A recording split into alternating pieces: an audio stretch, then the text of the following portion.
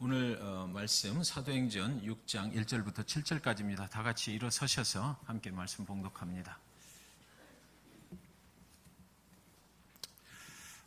같이 봉독합니다. 시작. 그때 제자가 더 많아졌는데 헬라파 유대인들이 자기의 과부들이 매일의 구제에 빠짐으로 히브리파 사람을 원망하니 12사도가 모든 제자를 불러 이르되 우리가 하나님의 말씀을 제쳐놓고 적대를 일삼는 것이 마땅하지 아니하니 형제들아 너희 가운데서 성령과 지혜가 충만하여 칭찬받는 사람 7을 택하라. 우리가 이 일을 그들에게 맡기고 우리는 오로지 기도하는 일과 말씀 사역에 힘쓰리라 하니 온 무리가 이 말을 기뻐하여 믿음과 성령이 충만한 사람 스데반과 또 빌립과 프로고로와 니가노르와 디몬과 바네나와 유대교에 입교했던 안디옥 사람 니골라를 택하여 사도들 앞에 세우니 사도들이 기도하고 그들에게 안수하니라.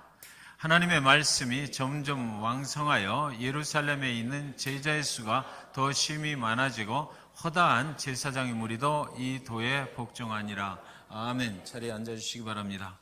오늘 말씀 아버지 집에 품꾼되게 하소서라는 제목을 가지고 함께 나누도록 하겠습니다. 조울지 오웰이라는 사람이 현대인을 이렇게 비유를 했습니다. 내가 먹는 음식 접시에 꿀벌 한 마리가 날아와서 딸기잼을 아주 맛있게 빨아먹고 있었다.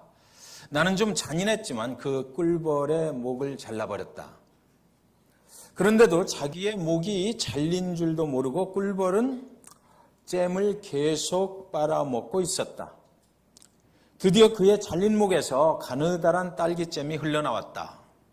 그때서야 자기 몸에 어떤 일이 일어났는지를 알아차린 꿀벌이 날아가려고 애를 썼지만 이미 그는 날아갈 수 있는 상태가 아니었다. 이와 아주 비슷한 상황이 현대인에게도 벌어지고 있다. 잘려나간 것은 바로 현대인의 영혼이다. 이렇게 말했습니다.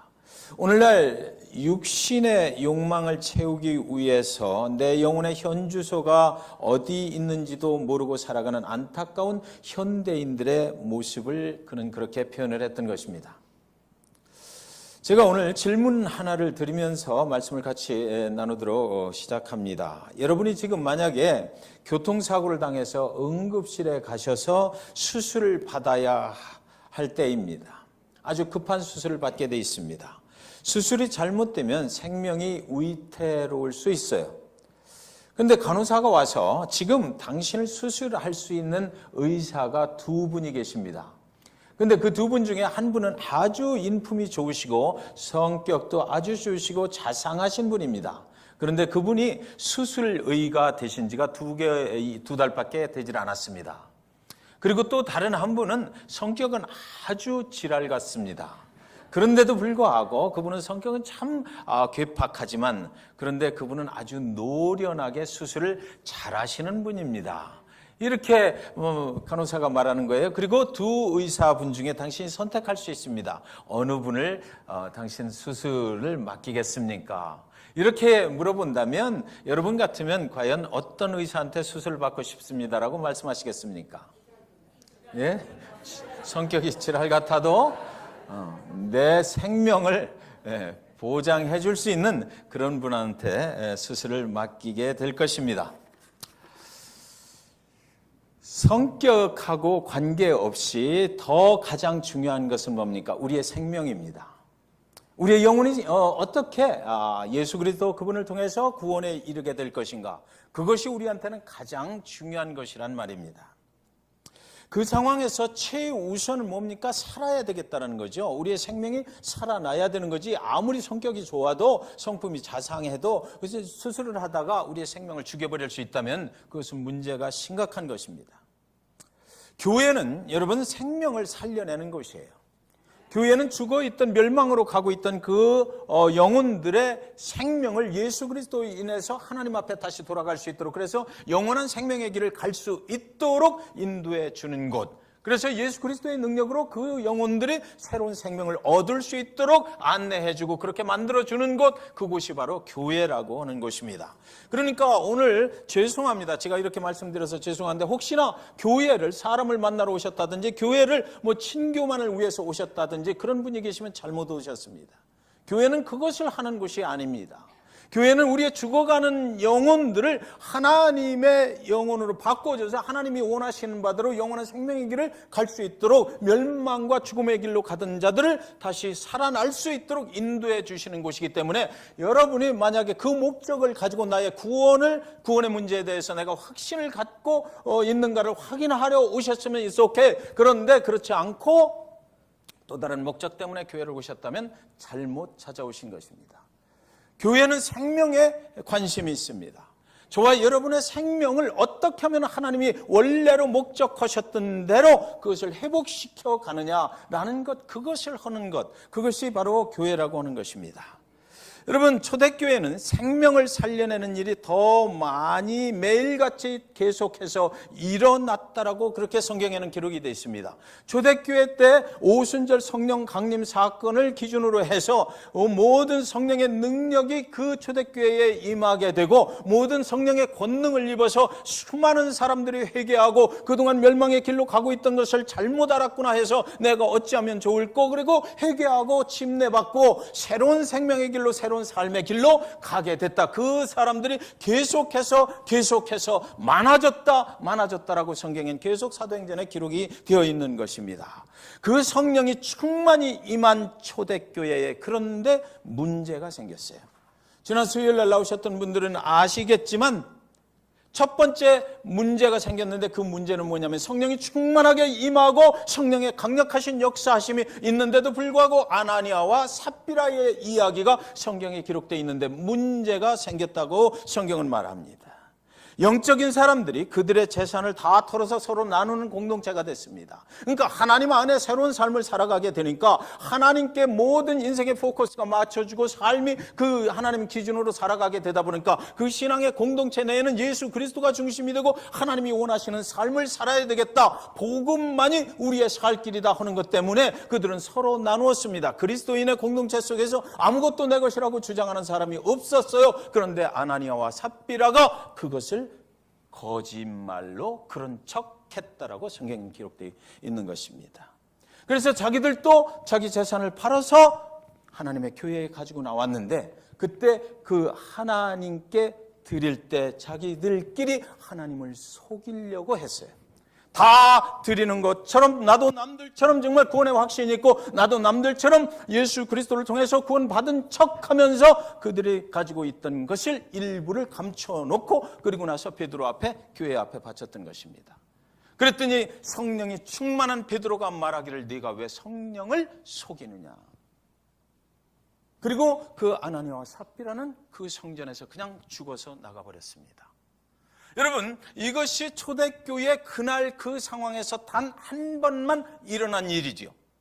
그런데 하나님께서 성령의 강력하신 권능을 일으키셔서 그 초대교회가 앞으로 가야 될 길들을 막 제시하시고, 그 초대교회 교인들이 전부 다 이제 성령의 권능을 입어서 막 나가고 있는데, 이런 사건을 일으키셨다, 하나님께서 일으키셨다라고 하는 것은 무엇을 의미하는 것입니까? 하나님이 원하시는 길로 교회가 가야 될 때에 그 성령을 거역하는 일이 절대로 있어서는 안 된다라고 하나님께서 첫 번째 경고를 교회에다가 주신 것입니다. 그래서 모든 성도들은 그런 사건을 통해서, 저 같으면 아마 거기서 난 두려워서 나 죽어도 이제 다시는 교회 안 가, 이럴 것 같았는데, 성경은 계속해서 말하기를 뭐라고 말하냐면 그 사건 이후로 더욱더 많은 사람들이 하나님의 교회를 통해서 구원에 이르게 되었다라고 말합니다.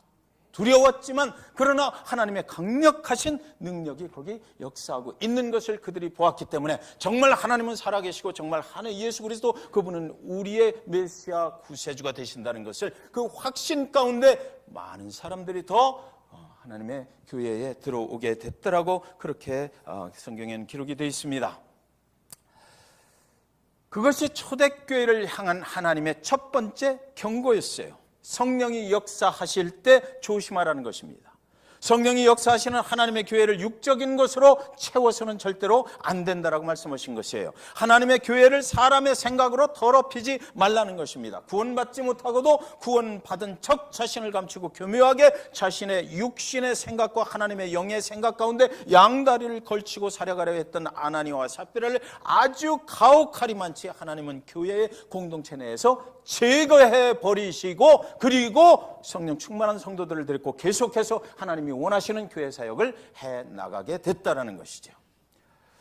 그리고 그 계속해서 교회는 예수의 복음을 선포할 수 있었고, 그 복음의 메시지를 들은 사람들은 더 많이 늘어나게 됐다라는 것입니다. 사도행전의 초대교회 그 역사를 읽어보면 볼수록 한마디로 무슨 생각이 드느냐면 성령이 나가신다, 길을 비켜라 라는 것입니다. 성령께서 충만하게 역사하실 때 우리 인생의 사람의 생각과 이런 것들은 성령께 굴복하게 돼 있다는 것입니다. 그것을 거스리려고 해서는 하나님을 거역하는 것이 된다는 것입니다. 그래서 하나님께서 우리를 어떻게 하든지 하나님이 목적하신 선한 길로, 복된 길로 인도하시기 위해서 우리를 하나님의 사람으로 복음을 증거하면서 살아가는 그런 그리스도인 되게 하기 위해서 하나님께서는 아주 그런 강력한 방법으로도 역사하실 수 있다는 것을 우리는 성경을 통해서 볼 수가 있는 것입니다. 그런데 오늘 본문 속에서는 또 다른 문제가 있었다라고 기록이 되어 있습니다. 6장 1절에 보면 그때 제자가 더 많아졌는데 헬라파 유대인들이 자기의 과부들이 매일의 구제에 빠짐으로 히브리파 사람을 원망하니. 여러분, 지금 매일의 구제가 뭡니까? 교회에서 모여서 함께 예배하고 난 후에 저와 여러분이 하는 것처럼 먹는 시간이 있었다는 것이죠. 영적인 피로도 채워졌고, 그리고 육적인 피로도 채우는 그런 교제의 시간이 있었다. 그런데 그때 히브리 사람들이 하나님의 율법에 의해서 고아와 과부들을 최우선으로 섬겼다라는 것입니다. 그런데 여기 보면 여러분 잘 보셔야 됩니다. 불평과 원망이 터져 나온 것이죠, 지금. 그러니까 뭐예요? 사도들 중심으로 교회가 그때 운영이 되고 있었는데, 그 사도들이 이 구제 사역을 하는 데 있어서 공정하게 하질 못했다. 어떤 사람한테는 더 주고 어떤 사람은 먹지도 못하고, 이런 일들이 생겨났다라고 성경 기록이 되어 있어요. 믿는 사람들이 많아졌고요. 그때 당시에 신학자들이 분석하기를 한 이 예루살렘 그 초대교회에 2만 명 정도가 모였을 것이다, 이렇게 얘기를 합니다. 성경에 사도행전을 기록한 사람이 누가인데, 이 누가가 이야기하기를 여기 보면 뭐라고 되어 있습니까? 헬라파라고 적혀 있어요. 헬라파 유대인들이 자기의 과부들이, 이렇게 그러니까 이미 그 교회 가운데 파가 있었다라는 거죠. 그 교회는 히브리파와 헬라파가 같이 있었어요. 그러니까 여기서 히브리파는 원래 예루살렘에 있었던 유대인들을 말하는 것이고, 그리고 이 헬라파는 옛날에 북이스라엘과 남유다가 갈려 있을 때 그 북이스라엘에 있던 사람들이 이 나라 저 나라로 다 흩어져서 살아야만 했거든요. 그래서 그 사람들이 가서 다른 나라에서 살고, 또 그 후손들, 이 사람들이 이제 오순절 강림 사건을 통해서 다시 예루살렘에 돌아온 것입니다. 그리고 나서 나도 여기에서 이제 살아야 되겠다, 이렇게 해서 그 사람들도 다시 예수 그리스도를 통해서 새로운 삶을 살게 되는데 그 교회에 정착을 했다. 그래서 그 교회는 원래 예루살렘에 있었던 기득권층 히브리파하고 밖에서 돌아와서 함께 신앙생활을 하기를 원했던 헬라파 출신들이 거기 함께 모여 있었는데, 자꾸만 기득권층들이 자기들 위주로 모든 교회 시스템을 운영해 가다 보니까 헬라파 출신들이 불이익을 당하는 것처럼 보였다. 그래서 교회 내에 그것이 갈등으로 번졌다라는 것입니다. 우리는 왜 이것밖에 안 주는 거야? 왜 우리 쪽은 이렇게 하는 거야? 라고 두 파가 심각한 갈등 속에 들어갔다라는 것입니다. 그러니까 초기 개척 멤버들은 히브리파인 거죠. 그리고 헬라파는 새로 들어온 사람들인 것이에요. 그러니까 구제할 때 기득권층인 히브리파 우선으로 사역이 됐다. 그리고 여러분, 사도들은요, 이때 당시에 모두 히브리파들입니다. 그러니까 어쩌면 그렇게 될 수밖에 없었을 것이에요. 우리 헬라파가 교회에서 히브리파한테 밀리고 있다라는 갈등이 여기 일어난 것이죠. 이러한 갈등은 사랑하는 여러분, 그런데 오늘날 현대 교회 안에서도 수없이 많이 발생을 하고 있다라는 것입니다. 그래서 오늘 우리는 이 말씀을 잘 보기를 원하는 것이에요. 자, 영적인 공동체가 교회입니다. 교회는 영적인 실체예요. 하나님, 그리고 예수 그리스도, 그리고 성령께서 주관해 나가시는 곳이 교회입니다. 그런데 여기 지금 먹는 문제로 갈등이 일어났다는 것은 뭡니까? 영적인 공동체 안에 영적인 것이 아니라 육적인 것 때문에 문제가 생겼다는 거죠. 그렇죠? 그들이 복음을 들고 예루살렘과 유대와 사마리아와 땅끝까지 가는 길을 막는 그런 일이 발생이 됐다는 것입니다. 영적인 공동체, 그래서 하나님께서 그 초대교회에 원하셨던 그 복음의 증거자들로 세상 땅끝까지 가는 것, 그것을 거기 위에서 모였는데 그동안은 그렇게 해왔는데, 그런데 이 문제가 부각이 되니까 딱 멈출 수밖에 없었다는 것입니다. 영적인 공동체 내에 육적인 것으로 갈등이 일어났다라는 것을 말해주고 있어요. 교회가 해야 될 그 본질, 즉 예수의 복음을 전하는 일을 하지 못하도록 브레이크를 걸어버리는 육적인 일이 생겼다. 교회는 거기에 휘말릴 그런 위험에 빠져 있었다는 것이죠. 그때 사도들이 이 문제를 어떻게 해결했는지가 이제 오늘 본문의 말씀인 것입니다. 그러니까 육적인 일은 뭡니까? 영적인 공동체 내에서 사단의 일이 되는 것입니다. 그렇다면 이 사도들은 그것을 해결하고 영적인 공동체로서의 하나님이 주신 그 사명을 온전히 수행해 나가기 위해서 어떤 결정을 했을까? 6장 2절에 보면 12사도가 모든 제자를 불러 이르되 우리가 하나님의 말씀을 제쳐놓고 접대를 일삼는 것이 마땅하지 아니하니. 사도들은요, 역시 사도다웠습니다.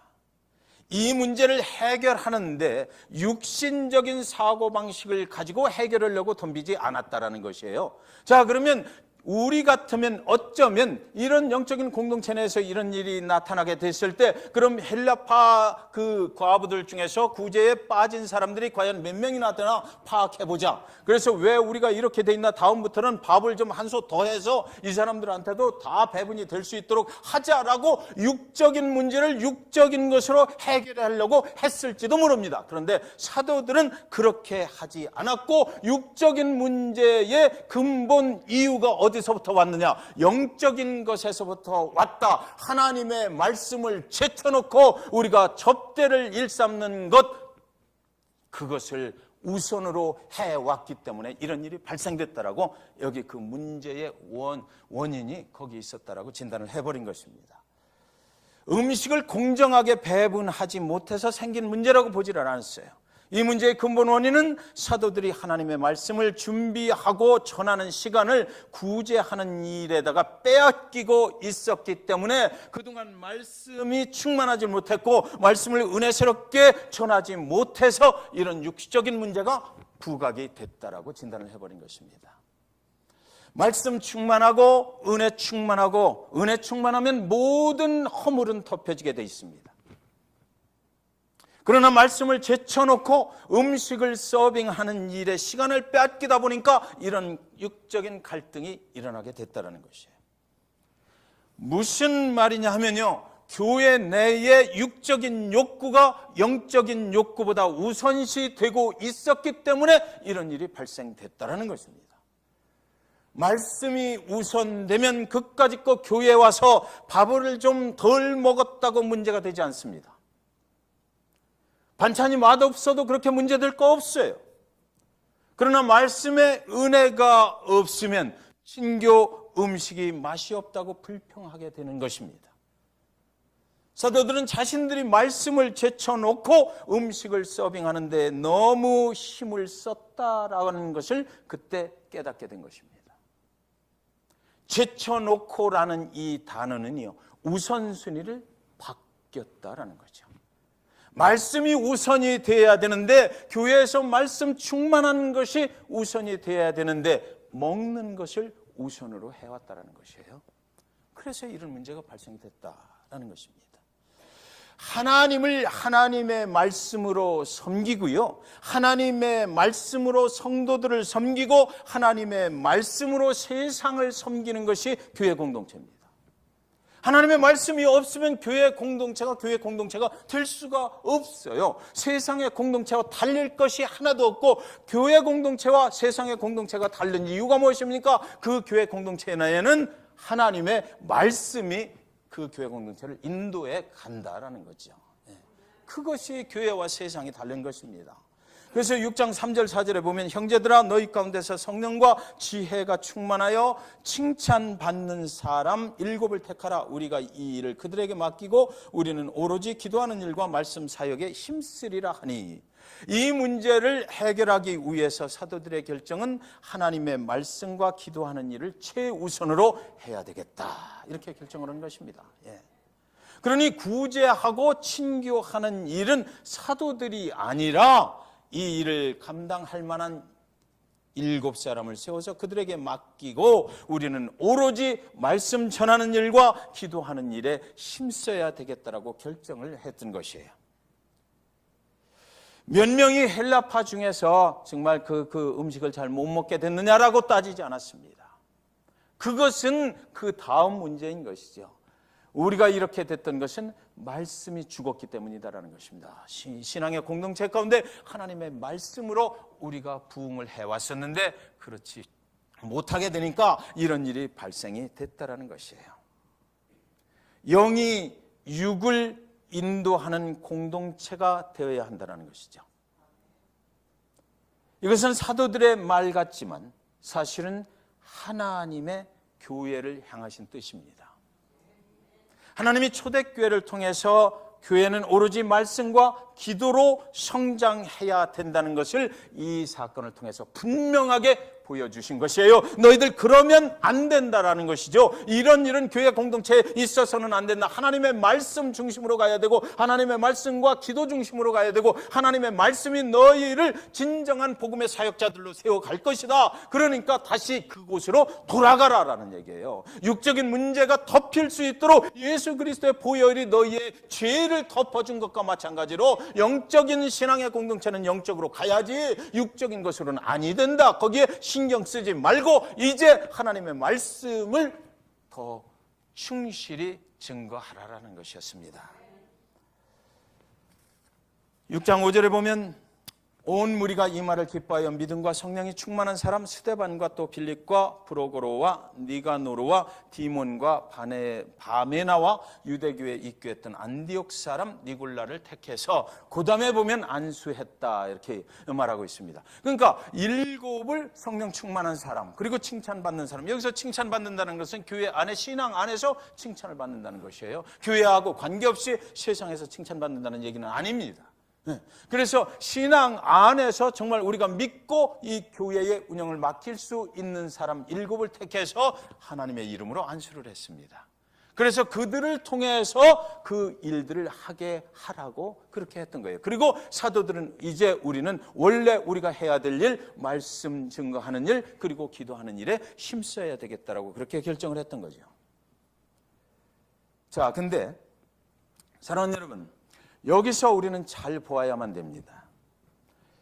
헬라파 과부들이 그 구제에서 제외됐다라는 그 사건을 통해서요, 지금 초대교회 역사에 하나님 앞에 평신도들이 사역자로 부름을 받고 있다는 것입니다.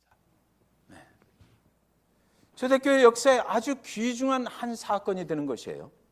그러니까 그동안은 사도들에 의해서 모든 일들이 진행이 되오다가 이제 하나님의 뜻은 뭐냐면 이 사건을 통해서 평신도들이 하나님의 부르심을 받고 하나님이 원하시는 그런 사역에 이를 수 있도록 세워주는 일이 바로 이 사건을 통해서 하나님이 계획하신 일이다라는 것입니다. 복음을 증거하는 것이 하나님이 원하시는 것이죠.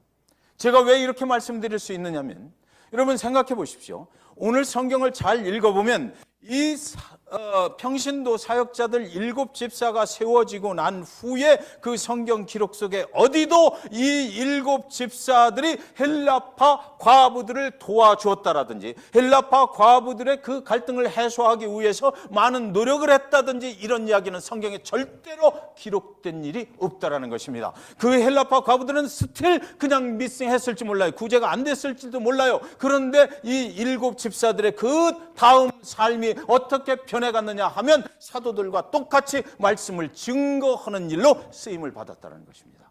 그러니까 하나님께서 이 7 집사들을 세울 때 무슨 목적과 계획을 가지고 계셨다? 사건은 그런 사건을 통해서 그들을 하나님 앞으로 불러낸 다음에 그리고 이들도 같이 사도들과 똑같은 선상에서 예수 그리스도의 복음을 들고 만방에 나갈 수 있도록 이들을 사용하시기 위해서 그 사건을 통해서 그들을 불러내셨다는 것이에요. 복음의 증거자들로 세우기 위해서 그렇게 하셨다는 것입니다. 자, 그리고 이 사람들은요, 여기 성경에 기록되어 있는 사람들은 모두 다 헬라파 출신들입니다. 히브리파 출신들이 아무도 없어요. 자, 그러니까 히브리파에 있는 사람들이 기득권층이거든요. 그 교회 내에. 그랬는데 이 헬라파에서 그 헬라파 과부의 사건을 통해서 헬라파의 믿음이 좋고 아주 성령 충만한 사람들 7이 세워졌어요. 그래서 이 사건을 볼 때 우리가 한 가지 느껴야 되는 것은 뭐냐면, 이 사람들이 믿음이 좋고 정말 성령 충만하고 하나님의 일을 할 수 있는 능력이 있는 사람들이지만, 그러나 여러분, 히브리파 사람들이 더 믿음이 좋고 훌륭했다. 왜 그런지 아세요? 그 두 파가 교회 내에 존재를 할 때 하나님이 뜻하는 것은 저들과 함께 가라는 것이다. 저들을 세워주라는 것이다. 우리만 기득권층으로서 이 교회 운영에 참여하는 것이 아니라, 우리가 복음의 증거자들을 우리만 되는 것이 아니라 하나님의 뜻은 만인을 다 세워서 복음의 증거자들로 함께 나가라고 하는 것이구나라는 것을 그 사람들은 깨닫고 자기의 기득권을 완전하게 내려놓고 그분들을 세워줬다는 것이에요. 그것이 이 초대교회 역사의 아주 대단한 일이죠. 그래서 히브리파 사람들이 오히려 더 그들이 하나님의 뜻은 그것이는구나 하고서 그 헬라파 그 7 집사를 세워줬던 것. 그래서 그들이 다 같이 우리와 같이 한 마음으로 주의 복음을 들고 나갈 수 있도록 만들어 주었던 것. 이것은 교회 역사에 굉장히 아주 중요한 내용이 되는 것입니다. 갈등하는 한 사건, 이 사건을 통해서 하나님 앞에 복음 증거를 할 새로운 사람들을 하나님께서 세우시는 사건이 됐다는 것이에요. 그래서 그 원망 불평이 없어졌다라고는 성경에 기록되어 있지 않아요. 그러면서 그 7 집사가 새롭게 세워짐으로 해서 초대교회가 더욱더 뭐에 매진할 수 있었다? 성령 충만해서 복음을 증거하는 것으로 쓰임받을 수가 있게 됐다는 것이죠. 사랑하는 여러분, 헬라파 사람들은요, 그동안 이 나라 저 나라에 흩어져 있던 사람들이에요. 그래서 히브리파 사람들은 무엇을 주장했냐면 우리 성전 안에 하나님이 계시다라고 믿었어요. 그런데 이 헬라파 사람들은 이 나라 저 나라를 다니면서 살던 사람이기 때문에 하나님께서는 이 성전 안에만 계신 것이 아니고 세상 모든 만방에 하나님이 계시다라고 그들은 믿었던 것이에요. 그러니까 하나님 편에서 보실 때 누구를 쓰는 게 더 나아? 복음 증거를 하는데 헬라파 사람들을 쓰는 게 훨씬 나은 거예요. 그래서 하나님께서 이 사건을 통해서 헬라파 출신들의 7 집사를 세우셨습니다. 그리고 이제 성경은 계속해서 이렇게 기록이 되는데, 그 이야기를 보면 그날 그렇게 뽑혔던 스데반 있잖아요. 스데반이 그 다음 장에 넘어가면 어떻게 됩니까? 7 집사 중에 한 사람, 헬라파 과부들을 구제하는 명목으로 뽑혔는데, 이 사람이 하나님 예수 그리스도에 대해서 강한 설교를 하다가 돌에 맞아 죽습니다. 그죠? 네. 이 사람은 돌에 맞아 죽었어요. 그리고 그 중에 또 하나 빌립, 이 사람은 복음을 또 열심히 전하다가 이 사람은 사마리아 땅에 갔어요. 그러니까 유대인들이 상종도 하지 않는 사마리아 땅을 이 사람은 복음을 들고 찾아갔어요. 거기서 복음을 증거하고 그리고 또 터키 쪽으로 가서 복음을 증거하고 그러다가 결국에는 이 사람도 십자가형을 당해서 순교하고 말았습니다. 그 다음에 브로고르라는 사람, 이 사람은 요한계시록에 나오는 그 반모섬, 요한이 반모섬에 갇혔을 때 하늘의 계시를 받았을 때 이 요한이 너무 늙어서 잘 보이질 않는 거예요. 그러니까 글씨를 쓸 수가 없어. 그러니까 요한이 누구를 데리고 갔냐면 브로고르를 데리고 가서 거기서 자기가 본 것을 말을 해주면 이 사람이 거기서 대서했다는 것입니다. 니가노르, 이 사람은 스데반이 순교하고 나서 계속해서 그리스도인들을 박해하고 하는 과정 중에서 2,000명이 한꺼번에 순교당했던 적이 있는데 그때 한 사람으로 또 복음을 증거하다가 거기서 순교를 당했습니다. 여러분, 하나님의 집에 일꾼으로 뽑혔다. 7 집사들은 그런 거죠. 어느 날 하나님의 집에서 어떤 사건을 통해서 그것을 해결하기 위해서 일꾼으로 뽑혔어요. 근데 이 일꾼으로 뽑혔다는 의미가 이 초대교회 7 집사들한테는 아주 상당한 인생의 아주 그 귀한 그 계기를 맞게 되었다라는 것입니다. 그것은 하나님의 뜻이었고요. 복음을 향한 그들의 열정이 계속해서 끝까지 복음을 들고 나가서 생명을 주기까지 할 수 있도록 그것을 위해서 하나님께서 그들을 뽑아 세우셨다는 것입니다.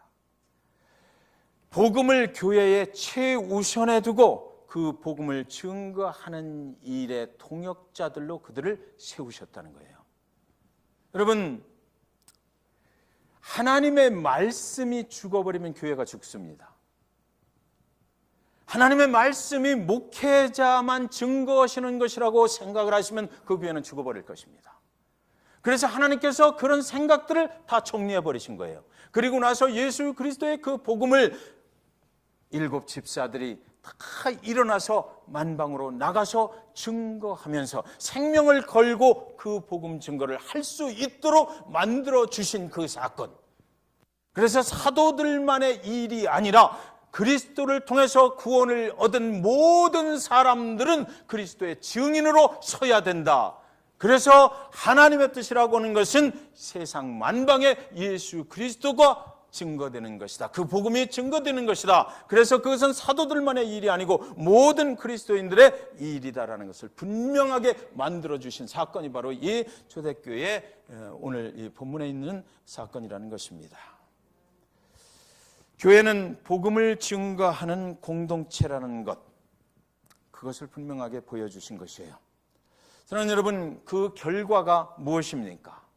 6장 7절에 보면 하나님의 말씀이 점점 왕성하여 예루살렘에 있는 제자의 수가 더 심히 많아지고 허다한 제사장의 무리도 이 도에 복종하니라.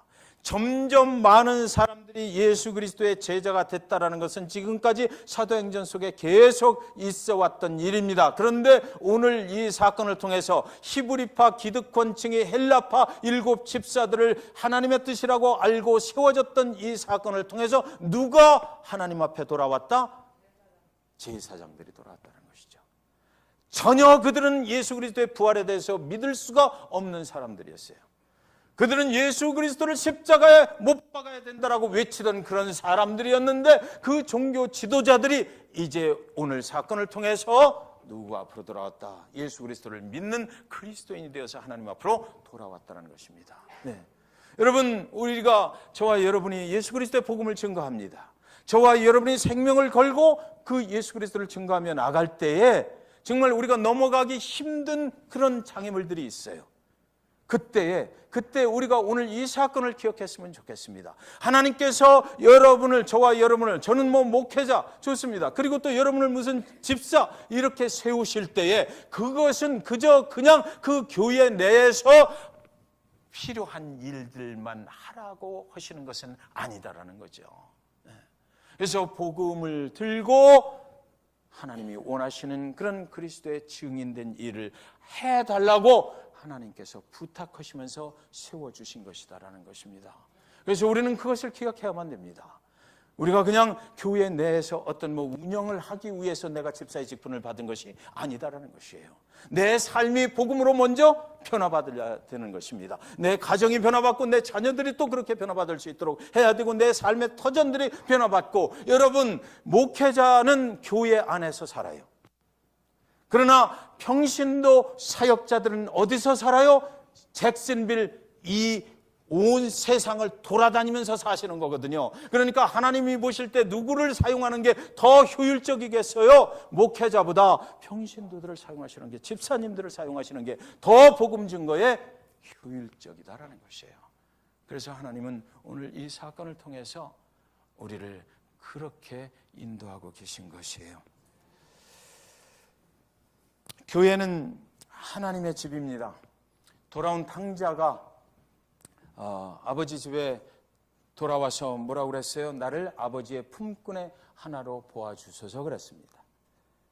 헬라파 출신 성령이 충만한 7 집사들은 바로 그런 사람들이었을 것입니다. 아버지의 집의 품꾼은 아버지를 위해서 일합니다. 하나님의 교회가 말씀 중심으로 설 수 있도록 기도하는 그런 사람들이 세워졌을 것이에요.